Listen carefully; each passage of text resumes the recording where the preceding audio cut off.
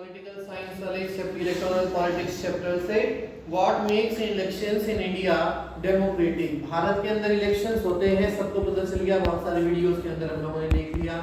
India एक democratic देश है, ये भी हमें पता है, क्योंकि यहाँ का जो रूलर है वो देश की जनता के द्वारा ही चूज किया जाता है, इलेक्ट किया जाता है। लेकिन आज का क्वेश्चन है what makes elections in India democratic. India के अंदर जो इलेक्शंस हो रहे हैं क्या वो डेमोक्रेटिक वे में हो रहे हैं, और उनको अगर वो हो रहे हैं इलेक्शन डेमोक्रेटिक वे में, तो कैसे हमें पता चला कि इंडिया के अंदर जितने भी इलेक्शंस होते हैं वो डेमोक्रेटिक वे में होते हैं। तो पॉइंट वाइज हम इसमें आंसर को डिक्लेयर करेंगे। पहला पॉइंट है इंडिपेंडेंट इलेक्शन कमीशन। हम ये देखते हैं हमारे देश के अंदर इलेक्शंस को कराने के लिए एक अलग ऑर्गेनाइजेशन जो है ऑर्गेनाइज किया गया है, बनाया गया है, ताकि वो देश के अंदर होने वाले चाहे छोटे इलेक्शन हो चाहे बड़े इलेक्शन हो, हर तरह की इलेक्शन एक्टिविटीज को कंप्लीट करने के लिए अलग डिपार्टमेंट को जो है क्रिएट किया गया, और उस डिपार्टमेंट का नाम है इलेक्शन कमीशन। और इंडिपेंडेंट है, वो आजाद है अपने डिसीजंस को, अपने राइट्स को बनाने के लिए, अपने डिसीजंस को लोगों को बताने के लिए अपने हिसाब से वो इलेक्टोरल स्टाफ का जो है अपॉइंटमेंट करता है, अपने हिसाब से लोगों को सिंबल अलॉट करता है, अलग अलग उसकी जो कंडीशंस है, वो इंडिपेंडेंट डिपार्टमेंट है, अपनी मर्जी से सब तरह की एक्टिविटीज को फुलफिल कर देता है। इसके बाद सेकेंड पॉइंट आता है पॉपुलर पार्टिसिपेशन। पॉपुलर पार्टिसिपेशन के अंदर ये देखा गया कि पीपल जो है पॉपुलरली पार्टिसिपेट कर रहे हैं कि नहीं कर रहे हैं इलेक्शन के अंदर। जब सब तरह के ही लोगों को आजादी होगी इलेक्शन के अंदर वोट डालने की, उसी से ही हम लोग जो कह सकते हैं कि देश के अंदर आजादी है, या देश के अंदर इलेक्टोरल जो डिपार्टमेंट है वो अच्छे तरीके से काम कर रहा है।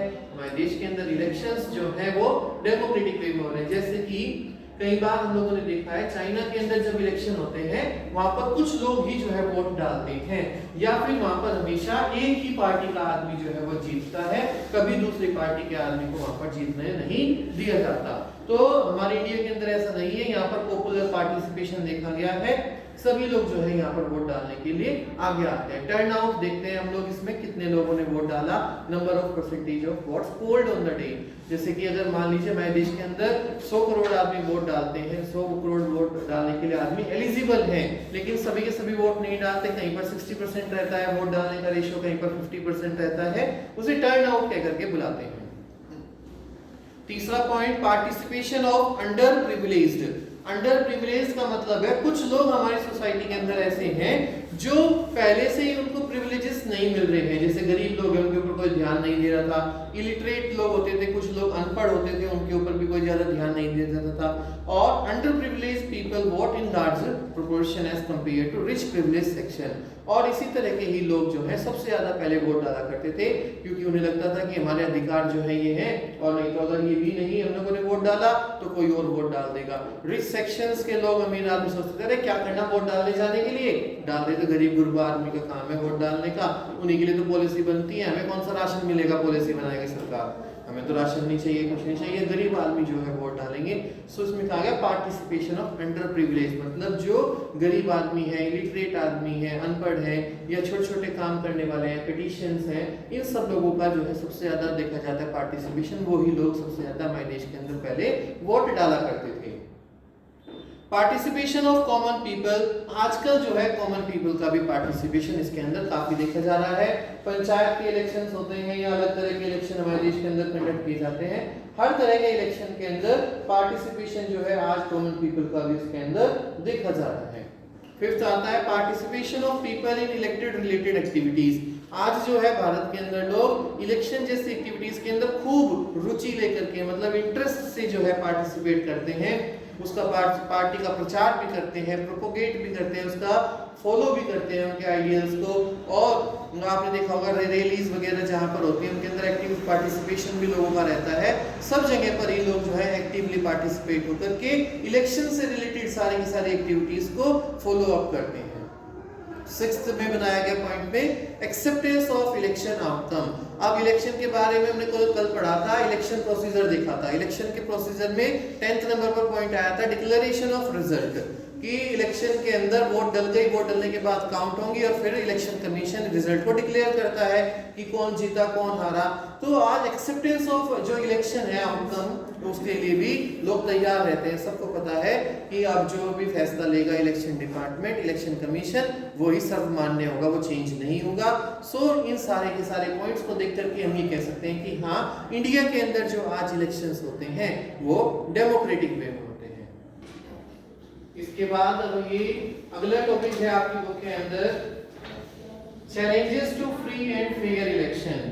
हमारे देश के अंदर इलेक्शन हो रहे हैं, डेमोक्रेटिक वे में हो रहे हैं, हम लोगों ने कह दिया, लेकिन उन इलेक्शंस को डेमोक्रेटिक वे में कराने के लिए आज बहुत बड़ा टास्क हमें झेलना पड़ता है। इलेक्शन कमीशन को इतनी सारी तैयारियां करनी पड़ती हैं और इलेक्शन कमीशन कहते हैं कि आज इतने सारे चैलेंजेस हैं हमारे सामने इलेक्शंस को डेमोक्रेटिक वे में कराने में, कि फ्री और फेयर तरीके से कराने के लिए बहुत ही सारे चैलेंजेस को हमें फेस करना पड़ता है, क्योंकि सब एक आदमी का जो है मोटिव है इलेक्शंस के अंदर जीतना, और वो जीतने के लिए अलग अलग हथकंडे अपनाते हैं, इलीगल काम भी करने के लिए तैयार रहते हैं।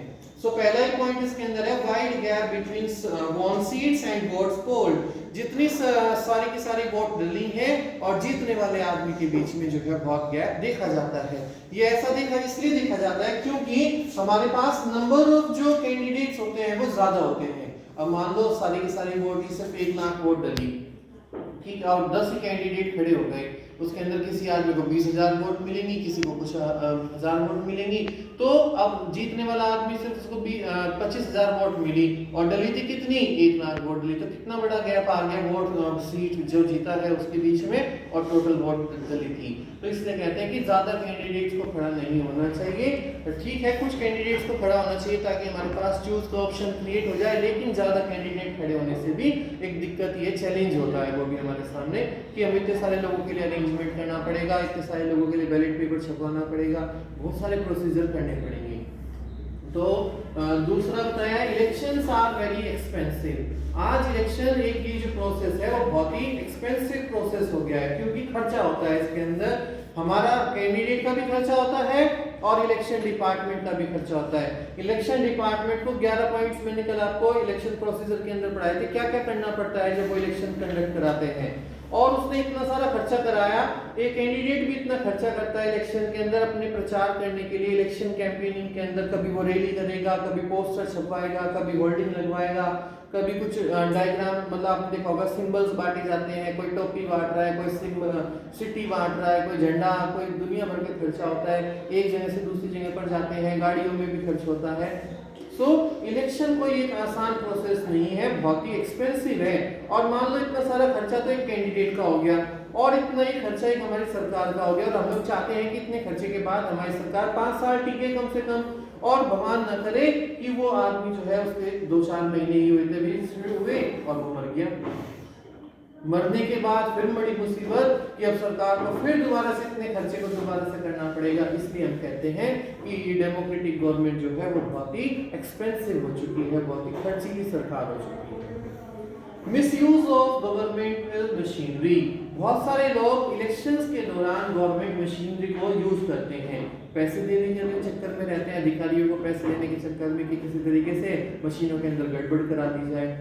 कुछ लोग, मान लो कोई आदमी पहले से सरकारी है, कुछ सरकारी पोस्ट उसके पास है और वो दूसरे इलेक्शन के अंदर भी खड़ा हो जाएगा, तो वो अपनी पर्सनल कार को यूज नहीं करेगा, वो हमेशा क्या करेगा, सरकारी गाड़ी को दौड़ाता फिरेगा।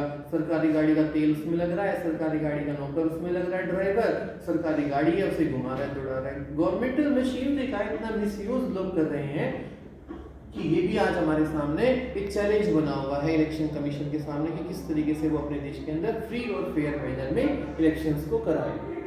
Problem of smaller parties and independent candidate. मैंने बताया इतने लोग पार्टीज बना कर खड़े हो जाते हैं, जिससे देखो कोई आदमी हमारे देश में नई पार्टी बनाने को तैयार है। क्यों?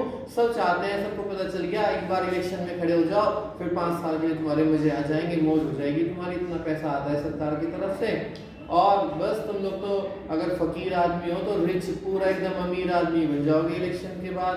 क्यों? कुछ काम कराना नहीं, इलीगल वे में अगर वो अलग अलग तरीके से पैसों को अपना सकते हैं, लोगों से ले सकते हैं, ड्राइव ले सकते हैं, घूस वगैरह ले करके, तो इंडिपेंडेंट कैंडिडेट्स हैं, आज अलग अलग लोग खड़े हो जाते, कहते हैं कुछ लोग पार्टी ने टिकट नहीं दिया तो क्या हुआ, मैं तो निर्दलीय खड़ा हो जाऊंगा पर लड़ूंगा जरूर चुनाव को। सो इंडिपेंडेंट कैंडिडेट्स हो गए, छोटी छोटी पार्टियां हैं, जबकि ऐसा नहीं होना चाहिए, कम पार्टिसिपेंट्स होने चाहिए, बिल्कुल मिनिमाइज भी नहीं होना चाहिए और मैक्सिमम भी नहीं कि 20-20-30 आदमी एक एक सीट के लिए लड़ रहे हैं। हाँ 10-5 आदमी अगर खड़े हो जाए तो लोगों को भी उनके पॉइंट ऑफ व्यू सुनने का मौका मिलेगा और आदमी भी, कॉमन आदमी भी जो है डिसाइड कर सकता है किसी के पॉइंट ऑफ व्यू को देखकर कि किस आदमी का क्या नजरिया है सोचने का, कैसा चाहता है, कैसे देश को गवर्न करना चाहता है, इन सारे पॉइंट ऑफ व्यू को हम उनके सुन करके जो है एक अच्छा डिसीजन ले भी सकते हैं। पांचवा है इसमें to get the support of the basic religion, caste and language. कुछ लोग क्या करते हैं इलेक्शन के अंदर जाति, धर्म, रंग, रूप के नाम पर वोट्स मांगते हैं।